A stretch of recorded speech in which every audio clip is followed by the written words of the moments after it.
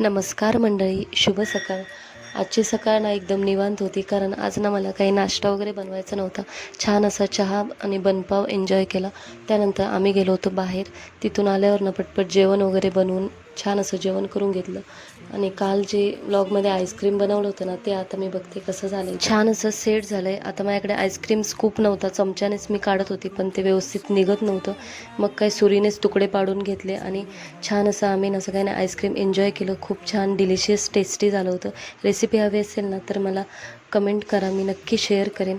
त्यानंतर ना संध्याकाळी आम्ही गेलो होतो तलावपालीला. छान व्ह्यू आहे, मध्ये तलाव आहे, साईडने ना मोठी मोठी झाडं आहेत आणि तलावाच्या साईडला ना असा रोड आहे छान वॉकिंग करायला.